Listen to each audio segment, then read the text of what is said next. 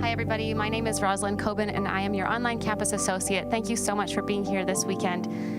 This weekend is a bit of a different one. It's called Sacred Sorrow, and we are taking time to pause and reflect about what has happened the last 18 months. Pandemic is probably something none of us saw coming, and it's caused a lot of loss and a lot of hurt, and there have been a lot of things that we've been mourning, and maybe we've been putting on a happy face a lot of the time. And that's not easy. So tonight we're going to take some time, or this weekend we're going to take some time and just talk about it and join together and remember that we're not alone. So if you are joining us online, why don't you grab some paper? We're going to have a moment in the service where we're going to rip. And in the service in person, it'll have fabric. But at home, you may not have fabric. If you do, great, grab some. But grab some paper, and it's going to be a really meaningful moment. You also might want to grab some Kleenex, just a warning. And just throughout the service, feel free to put in the chat any prayer requests that you have, or when they talk about things you've lost, there's freedom to just express what you've missed or what you're missing, or things you've lost or people you've lost. So feel free to do that. Settle in, get ready for this really meaningful service, and we're so glad you're here. And I will see you in the chat throughout the service.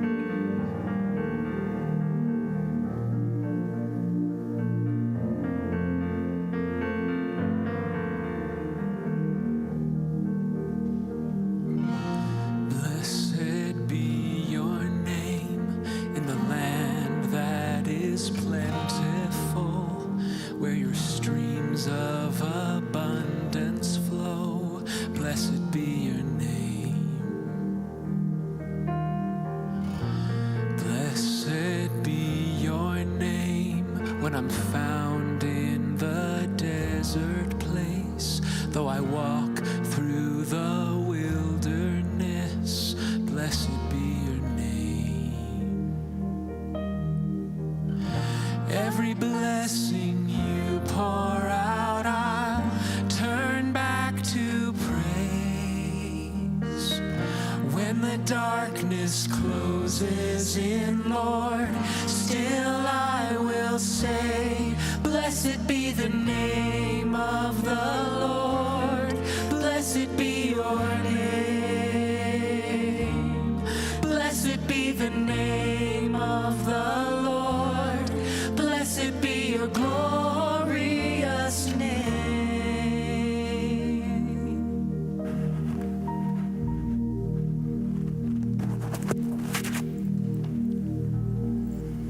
Welcome to FAC Deerfoot and online. My name's James. I get to serve as one of the pastors here, and I'm delighted you chose to participate in this service today. It's a little different, but we're going to invite you to something we've called sacred sorrow. The pandemic has been hard.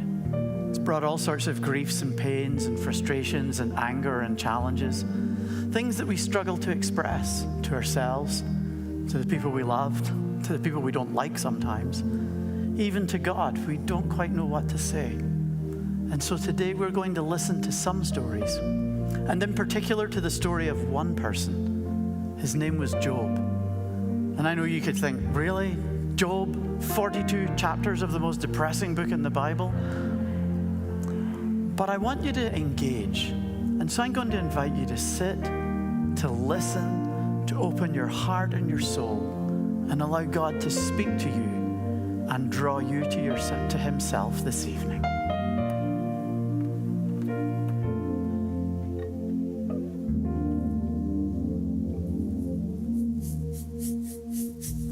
Blessed be your name when the sun's shining down on me, when the world's all as it should be. Blessed be your name.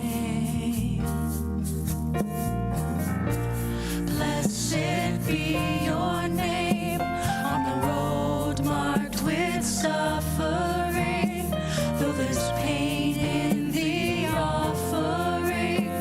Blessed be your name.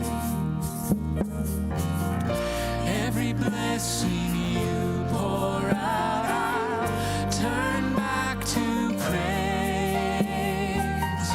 When the darkness closes in, Lord, still I will say, blessed be the name of the Lord. Blessed be your name. Blessed be the name of the Lord. Blessed be your glorious name. Oh, blessed be the name of the Lord. Blessed be your name. Blessed be the name of the Lord. Blessed be your glorious name. You give and take away. You give and take away. My heart will choose to say, Lord, blessed be your name. You give and take away. You give and take away.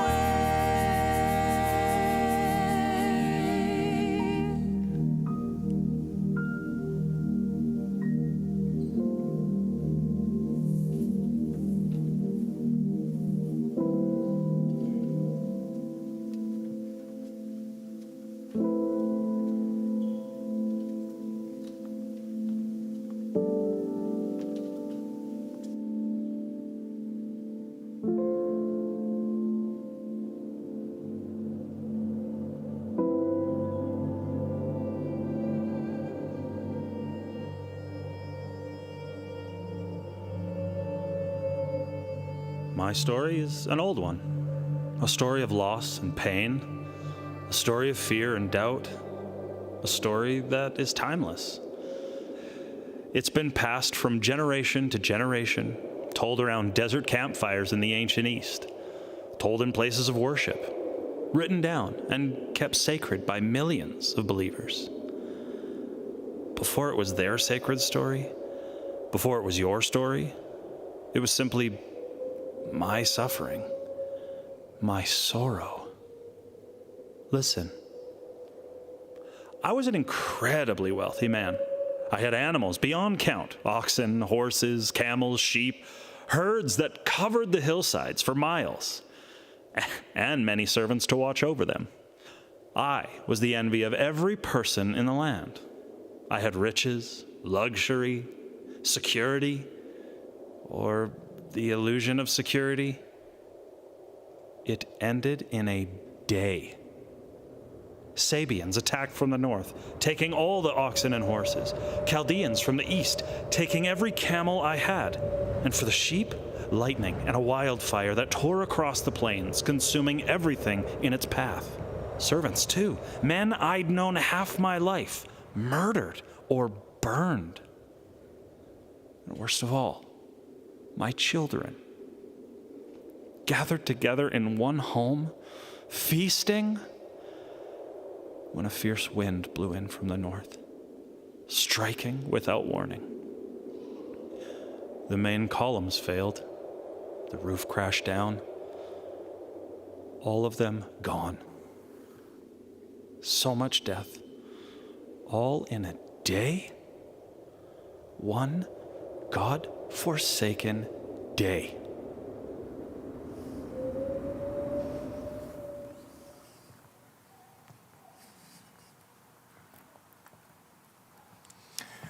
Got into this business when I was 16. Started off at, what was it? $4.75 an hour? That probably dates me. Bussing tables at Rufio's just off Southland. Place must have gone out of business, I don't know, 25 years ago or something. Maybe more. I don't know what happened to old Tone, the guy who ran the place, but I do know this. He taught me everything I need to know about running a restaurant, and it's one sentence. Here it is. Let me do that for you. If you really mean it, that can work wonders in any service industry situation. The customer wants more Parmesan. Let me do that for you. The boss needs you to unclog the sinks. Let me do that for you. Hostess needs you to take a table of 12 even though you just had 2 4-tops land in your section. Let me do that for you. Customer wants to sit by the window. Let me do that for you. The funny thing is, it seemed to me like no one else took Old Tone seriously. I mean, he told us that magic line every night, but it seemed like I was the only one who was paying attention. And pretty soon, I was making more cash as a busser than the waiters I was working for. That wasn't so popular. And then, as a waiter, I cleaned up. And when I moved on to other restaurants, I cleaned up there too. And I realized one day, I actually know more about this business than the managers I work for. So, I took a leap and a loan, and I got a place of my own. And I drilled that magic line into my people every day. I told them, listen, we are in service, okay? Service.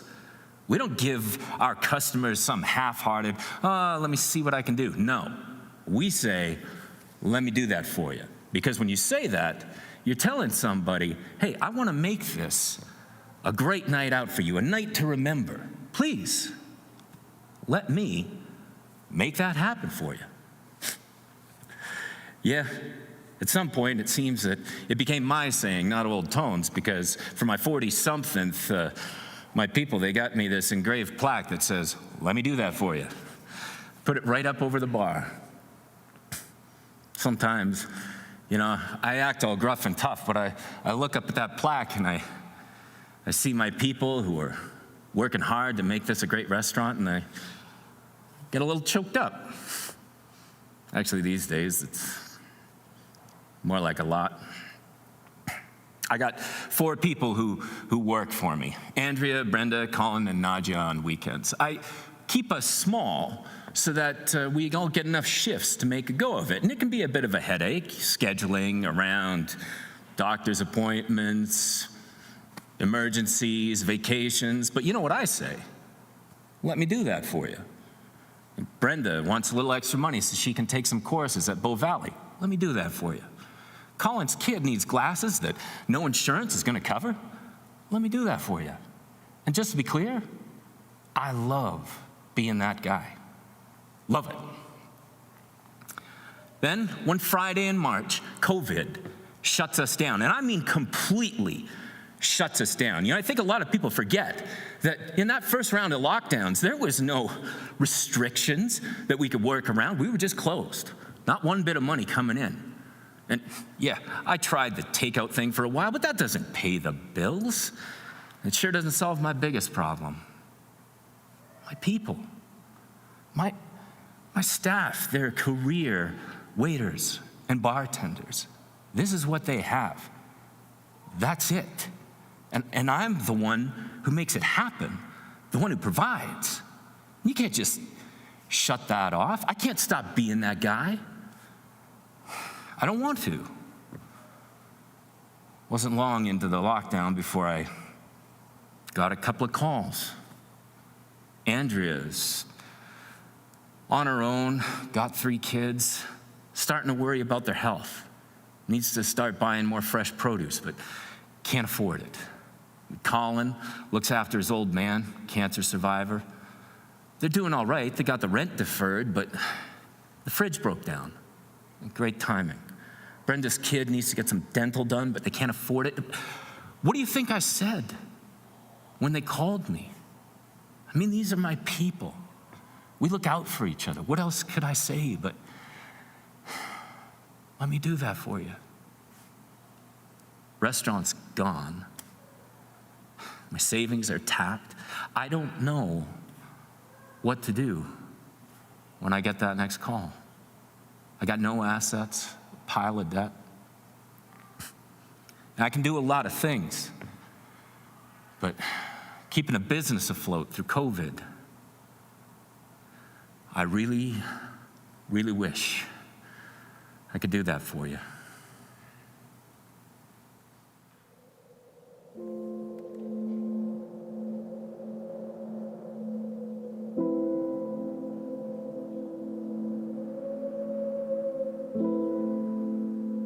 On the day when I lost everything, I learned a sad truth about the world. A rich man has many friends, a poor man has none. Or at least far less. Of the many hundreds who would have called me friend the day before, 3 came to grieve my loss with me. I wish that was all they'd done. Why is it that men are so sure they can see the root of a problem and solve it? What vanity makes a man believe he can fully know the heart of another and, with a few empty words, cure their hurt? For days they tried to discern what I'd done to deserve this downfall. No matter what I said, they would not hear me, would not understand me, till I wondered if they could even hear me at all. Till even in their company, I felt utterly alone.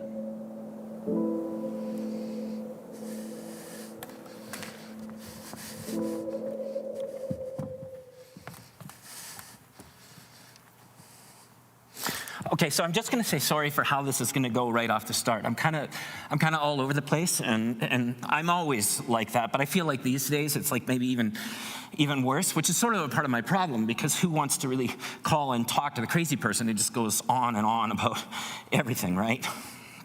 Anyway, there's a lot of people, especially around here, and especially from my hometown, Grand Prairie. It's like way north and really small, who say there's nothing really to worry about, right? Like it's just a bad flu. But I can't be like that, because for me, even just a bad flu is really bad, because I was a preemie 7 weeks, and that means my lungs hadn't fully developed, and so you can have lifelong complications from that, and I do.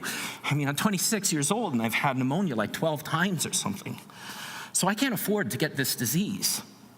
And then when everybody was like only sort of paying attention to all the rules, I was going the extra mile, like isolating and distancing and all of that. But it's hard. I mean, I live alone, and I'm not from here. And maybe I would try working remote and go live with mom and dad, but that whole crew up there, they don't get it. They don't take COVID seriously, and I have to. So here I am. You know, I know this will sound weird, but sometimes I feel like I'm not even here. Like no one can even see me. I haven't talked to anybody. I mean, really talked in a long time. I live in an apartment downtown, and I think for the first few days of that lockdown, it seemed like I hadn't seen anybody, not even from the balcony, for days and days. It was like everybody was just gone. And with no one to talk to, I started feeling like, I don't know, like just off, like not right. So I called this number.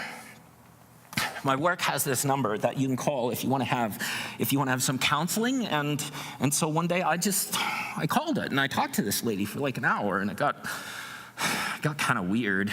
I told her, you know, I feel like I don't know what to do. I feel like I'm freaking out. Like at any second I'm just gonna like snap and scratch out my own eyes or something. And then she got all serious and she was like, "Do you have thoughts of self-harm?" I'm like, "No, it's just a figure of speech, okay? I'm going crazy here because I'm all alone and I don't know what I should do because I can't go anywhere and I can't see anyone. I can feel my heart. It's racing and racing. It's like pounding in my ears. And what am I supposed to do?" And then she stopped me and said she needed me to breathe. I'm like, "I'm breathing, okay?" But she wanted me to breathe in while she counts to 4 and then hold it for 4 and then breathe out for 4. Stupid. Kind of works though. Sort of helped me to, you know, like zero in. Then I just unloaded it all, and I mean things that I didn't even know I was thinking, but like, well, I have a niece now because my sister had a little girl, and I mean a little girl because she had her at the beginning of all this, and now she's walking and talking and everything, and I'm never gonna see her as a baby. And my grandma died too. Not a COVID or anything, just regular stuff, but there was no funeral for her, really. Even if I was able to be home, there was like nothing really for her because people weren't allowed to gather in groups. And, you know, it's not like we were super, super close, but still, it's like she died and it didn't even matter. And I asked the counselor if I could tell her something that's maybe kind of bad. She said yes. I said, "I think half the reason I called you is you have to talk to me. And I don't get to talk to anyone anymore. Is that bad?" She said, "It's actually happening a lot these days." Anyway, it seemed like during the summer, maybe things would be going back to normal, but now it seems like maybe we're going back to lockdown times, and I can't go back to that, so I'm scared. And I get scared a lot. Like, I mean, even before this, I get worried and scared all the time, so I can handle it, and I'm used to that, but I'm not used to being scared all alone.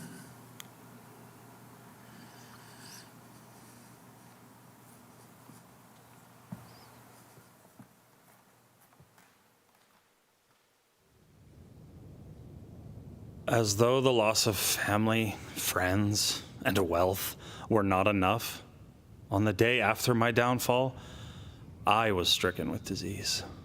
Some type of plague that no one had ever seen before. Not the priests, midwives, or old crones. No one had seen its like.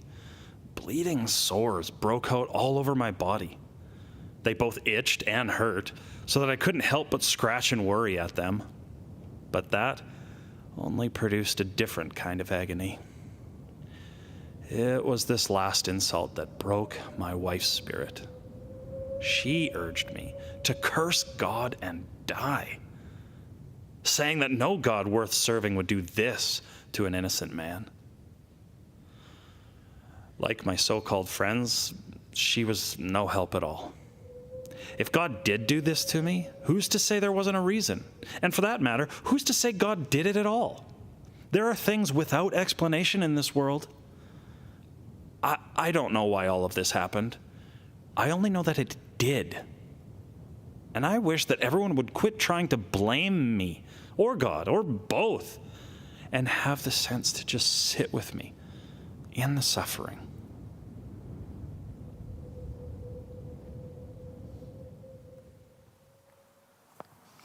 You remember how all this started? It all seemed so far away and small. I mean, confess I'm one of those people who had no idea where Wuhan was, and I certainly didn't think that anything from there could hurt me. Even when it broke out of China into surrounding countries, other nations, I could still pretend that this was a faraway problem, not mine. I know this sounds awful, but elderly populations in countries that I've never been, it just doesn't make me feel a lot in here. Living where I do, I got to pretend that this was a somewhere else problem for a really long time. Even when it crossed the Atlantic, it primarily landed and spread south of the border, long before it ever cropped up here. I still remember that first death that they announced in Alberta. You remember that? When Hinshaw announced it, and we were all so stunned and saddened. Last week, I saw my dad, and he said, "Hey, did you know 29 people died of COVID in Alberta today?" No pretending now. Which is unfortunate because I am a talented pretender. I write for a living, which is really just pretending you're someone else when you're sitting in front of a keyboard. And I write for church too, write monologues, full-length plays, skits, act in them as well. Always pretending. But COVID put a stop to all of that.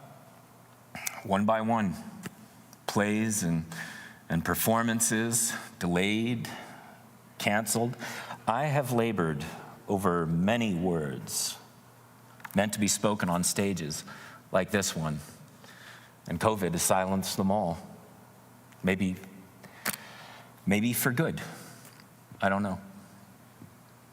And then it landed right here, right in my very own chest this last April. I was standing in my kitchen getting ready to make some supper when I got the text. Result positive, variant of concern, isolate immediately. I didn't have the means to isolate fully in my own home, so I went to one of those hotels and stayed there for the week. Drove away from home on my daughter's birthday.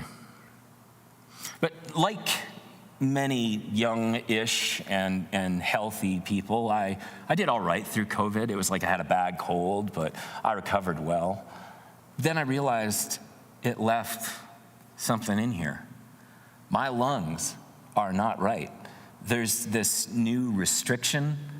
When I breathe in, it's not 100% of the time. It's strange. I'll forget about it for a couple of hours or something, but then I'll run up a flight of stairs or lift something heavy, and there it is, this new resistance, this reluctance to fully inflate.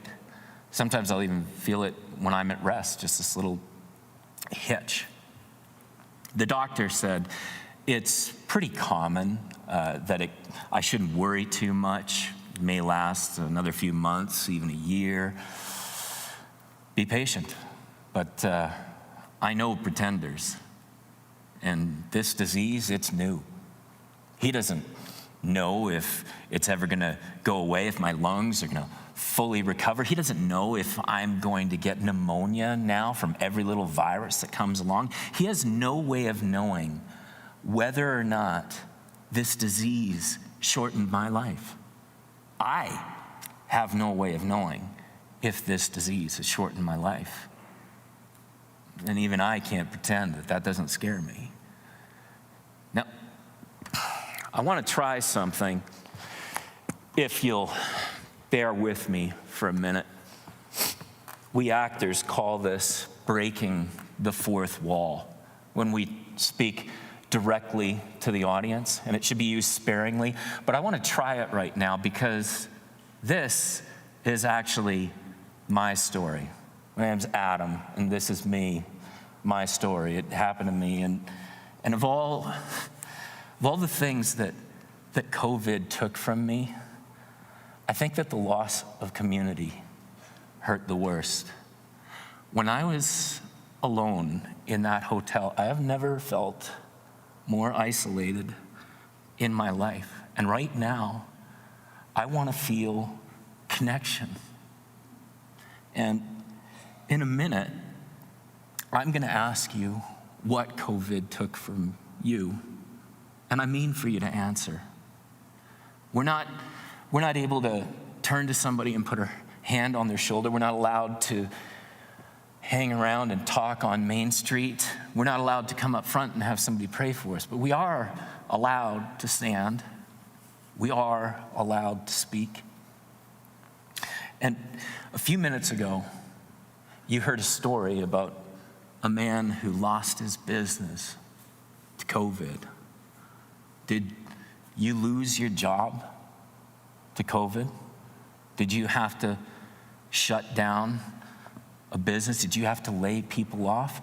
If that happened to you, I wonder if you would just, if you're able, stand right now and say the name of that job or the name of that business that you lost to COVID.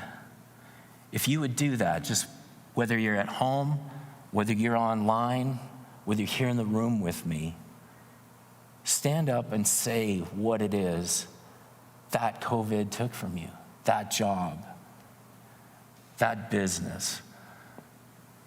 Stand and say what it was.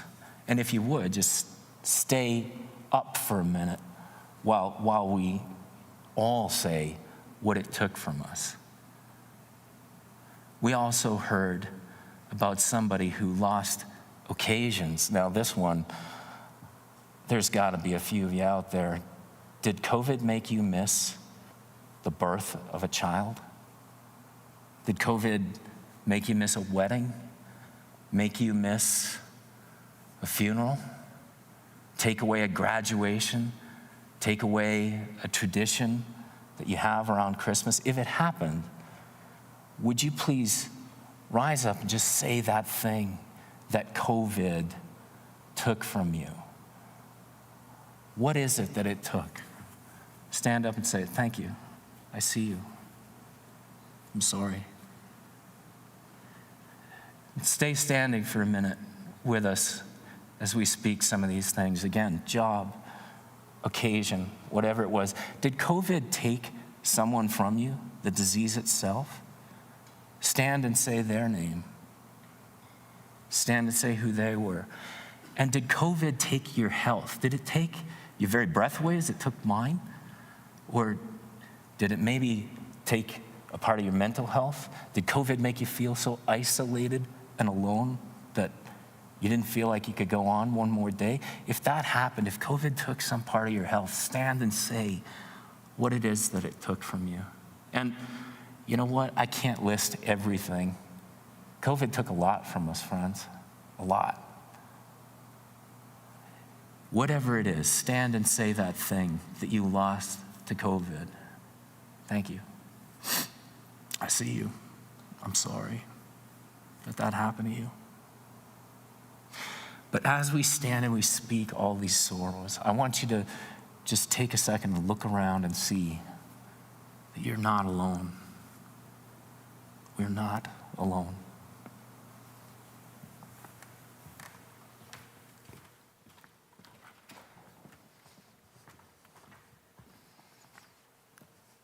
You may take your seat. All sorts of losses.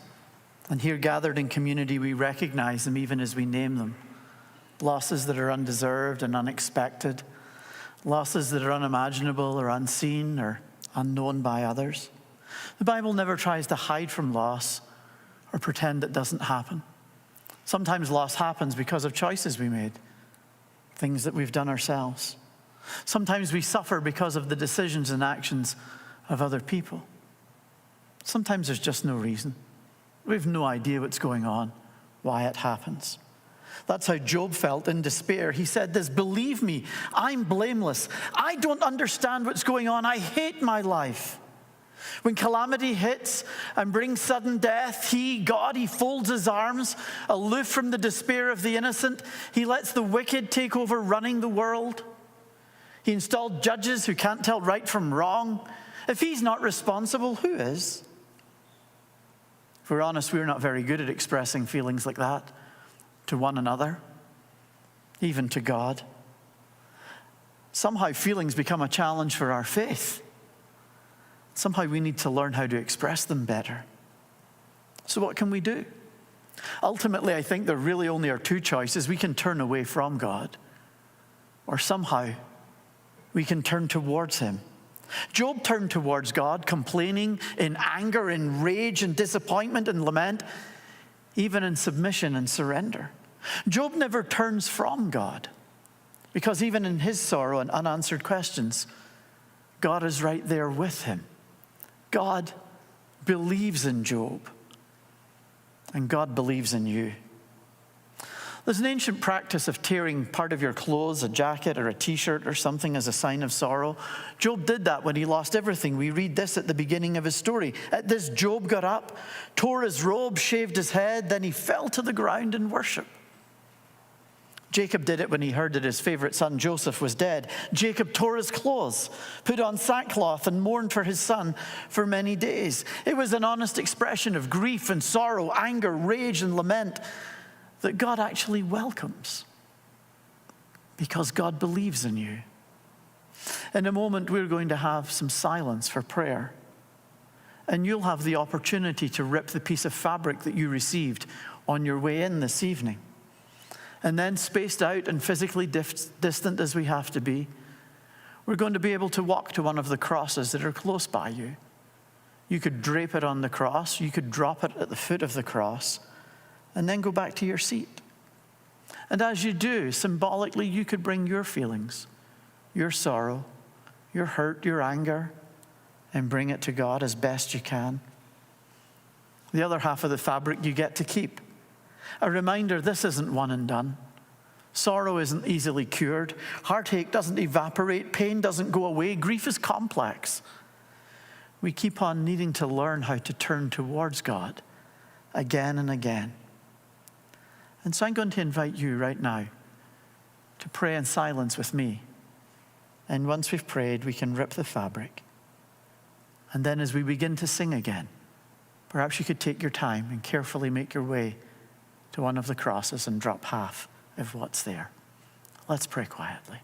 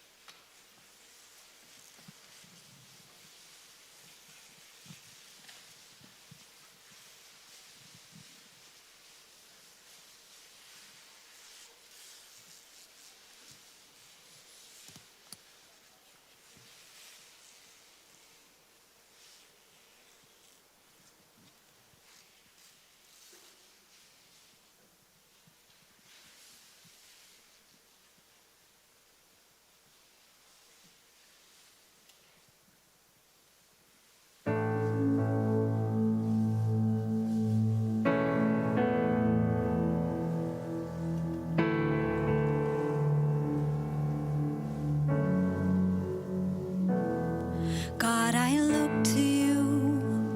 I won't be overwhelmed. Give me vision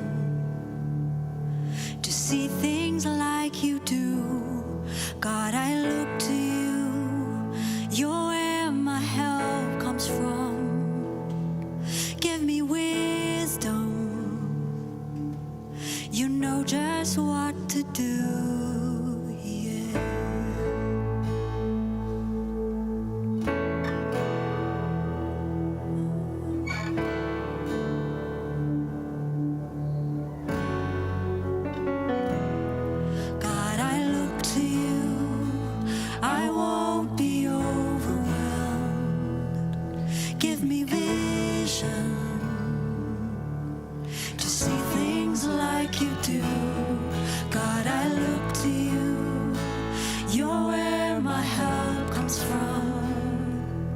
Give me wisdom. You know just what to do.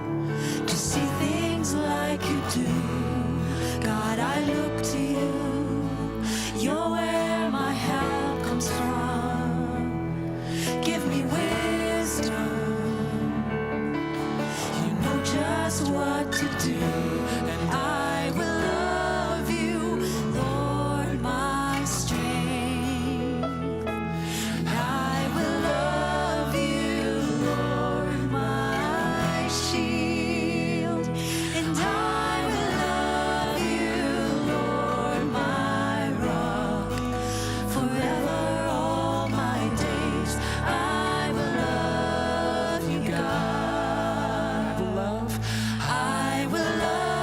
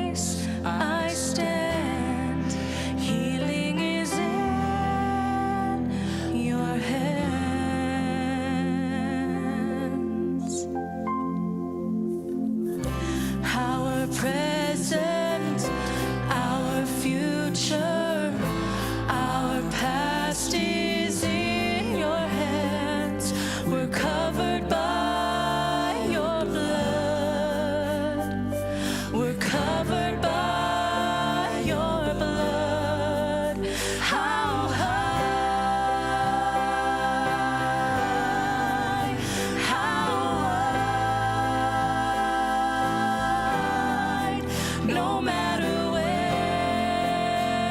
I am. Healing is in your hands. How deep,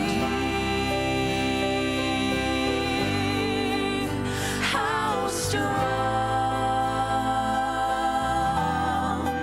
Now by your grace I stand.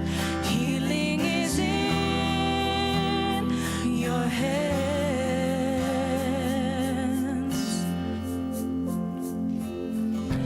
In all things we know that we are more than conquerors.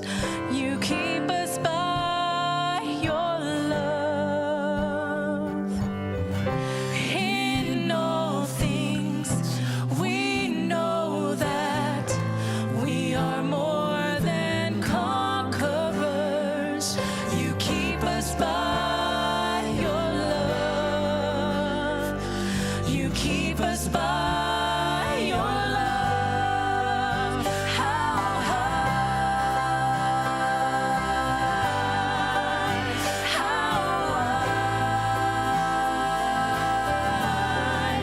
no matter where I am, healing is in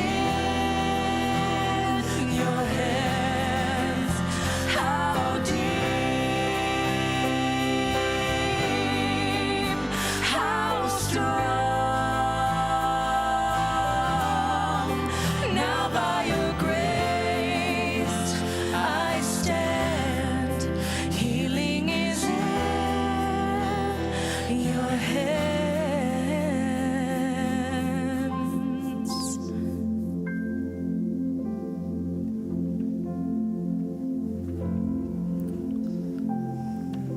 You may take your seats. We bring some of our emotion and pain to God. Are there other things that we can do? Some. We can allow people to try and express their compassion, their empathy, even if they struggle at times to say it well. We can realize that we're all part of a world that's tainted with sin and evil. And truth be told, we're all part of the problem too. We can realize that God alone has the power to make all things right, despite no matter how hard we try. We could ponder the possibility God has a different way of running the world than how we would choose. We can recognize the reality we may never know the reason why we suffer. Never. We could know that sometimes God could use our suffering redemptively to bring some good. We could learn that suffering doesn't always last forever. We could discover what it means that God could be a trusted friend to us in our sacred sorrow. We could realize that God is not a spectator, but is there, right alongside us. Sorrow isn't the end of the story. Not my story, not your story, not Job's story, not Jesus' story. So let me talk to you about Jesus and Job for just a minute. Both of them were innocent sufferers. They'd done nothing wrong. And I think that's where the story of Job actually speaks to us. It's how we feel in this pandemic. We did nothing to deserve this. We didn't cause it. It's not our fault. And that was Job. And yet while he suffered, something happened. It freed him in a sense. It freed him. It brought him in humility before God. You read through his story, you'll see how he becomes humbled. And you'll read of his remarkable encounter and epiphany with God himself. Suffering sometimes humbles us. It strips away the masks, not just the paper or fabric ones we wear, but the pretty little masks that we've always worn hiding from each other. And we discover what's going on. I think the point for Job is he may never have got there without his suffering. And that's how I felt. It's in my brokenness. It's in my pain. It's in my crippling anxiety. It's in my never-ending tremor. It's in my unknowns that I encounter Jesus. Suffering strips all sorts of things away, so we become entirely dependent upon God. Job said once in his story, I know that my Redeemer lives, and in the end he will stand on the earth. And that can be our hope in Jesus. You see, we didn't choose to suffer, and neither did Job, but Jesus did. There's a big difference. He chose to suffer. He chose to suffer to redeem, to buy back, to win over those of us who live under the law of sin and death, that we could be forgiven and brought into God's family again. The Apostle Paul said of Jesus, and being found in appearance as a man, he humbled himself, becoming obedient to death, even death on a cross. God believes in you.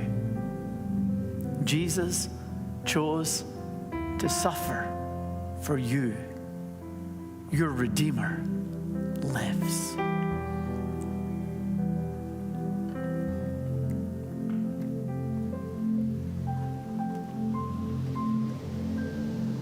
As I said at the beginning, my story is an old one. But my story is your story. It's everyone's story. Just like sparks rise on the updraft, we are all born for trouble. We all suffer. But we have one who enters that suffering with us. Even in our worst trials, none of us is alone.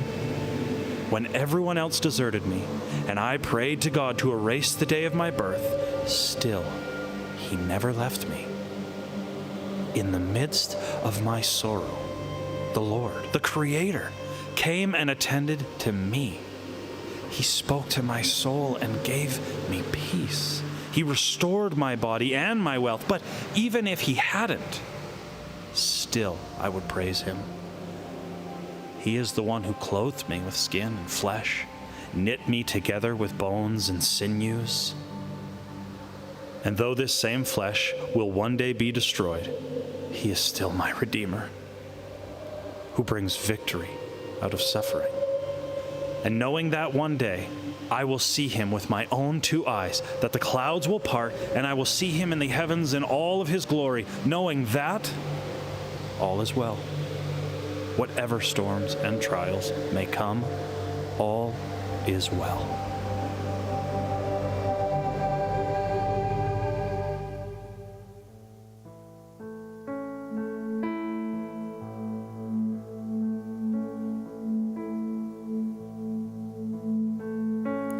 When peace like a river attendeth my way, when sorrows like sea billows roll, whatever my lot, Thou hast taught me to say, it is well with my soul. It is well with my soul, with my soul. It is well with my soul.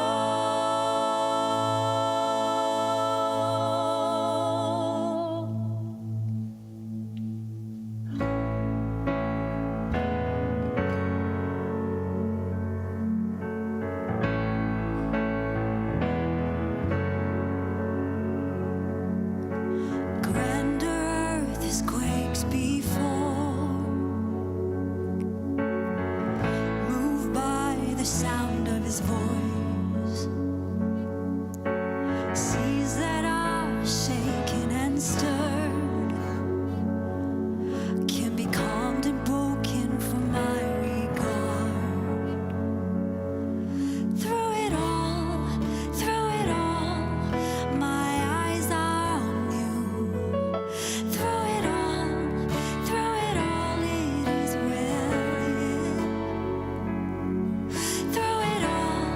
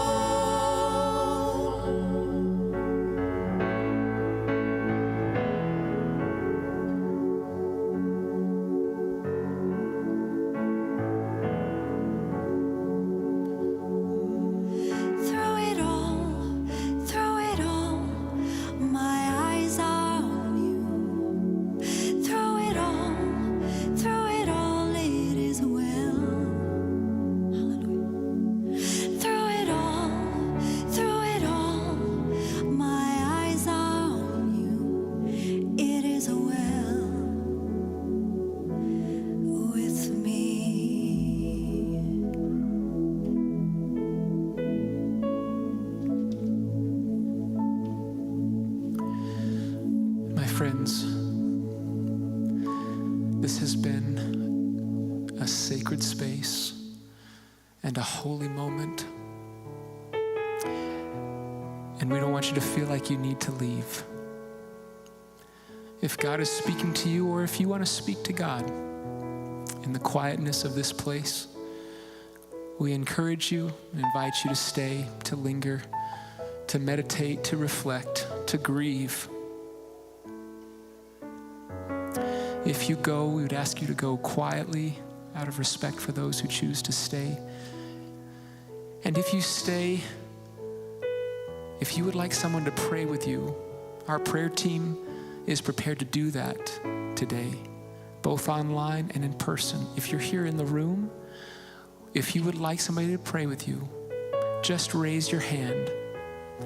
And our prayer team will be looking. They will maintain social distance, but they will come to you. We're not going to invite you to come to the front, but they will come to you. And they would love to pray with you today. And as we leave,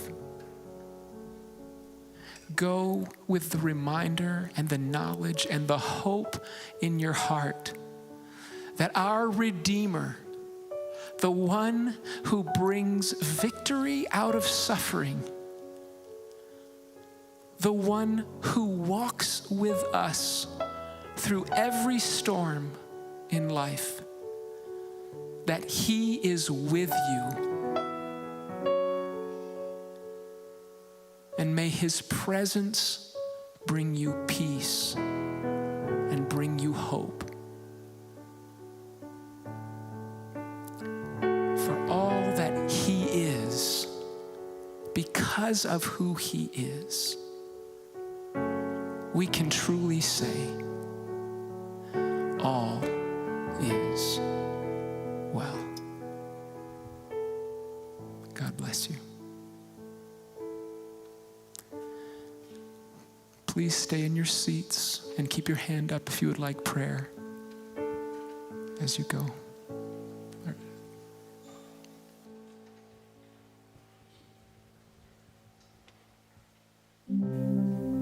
Thank you, everybody, for joining us this evening. Thank you for tuning in online. I really hope that you had a chance to name the things that you've been missing because of this pandemic. And if you haven't put them in the chat and you want to, give it a go. We are here for you. We're here for each other. And sometimes it does help to just be able to say it and name it. And if you would have seen online, I put in the chat the things that I am mourning or that I missed. And you guys were so encouraging. So thank you. I really do encourage you to give that a go. If you don't want to do that in public, that's completely fine. Feel free to send us a message. You can message FAC Calgary, and we would love to pray with you. We actually have Craig. He is one of our elders. He is online right now, and he would love to pray with you if you need some prayer. So just hit the I want prayer button, or you can just send us a message, and we would love to take the time to pray with you. And if you think of something later this week, we're online all week. So please feel free to reach out. We would love to pray with you. Make sure you join the FAC Online Facebook group. That's another really great way to connect. And until next week, we will see you online. Thanks for joining us.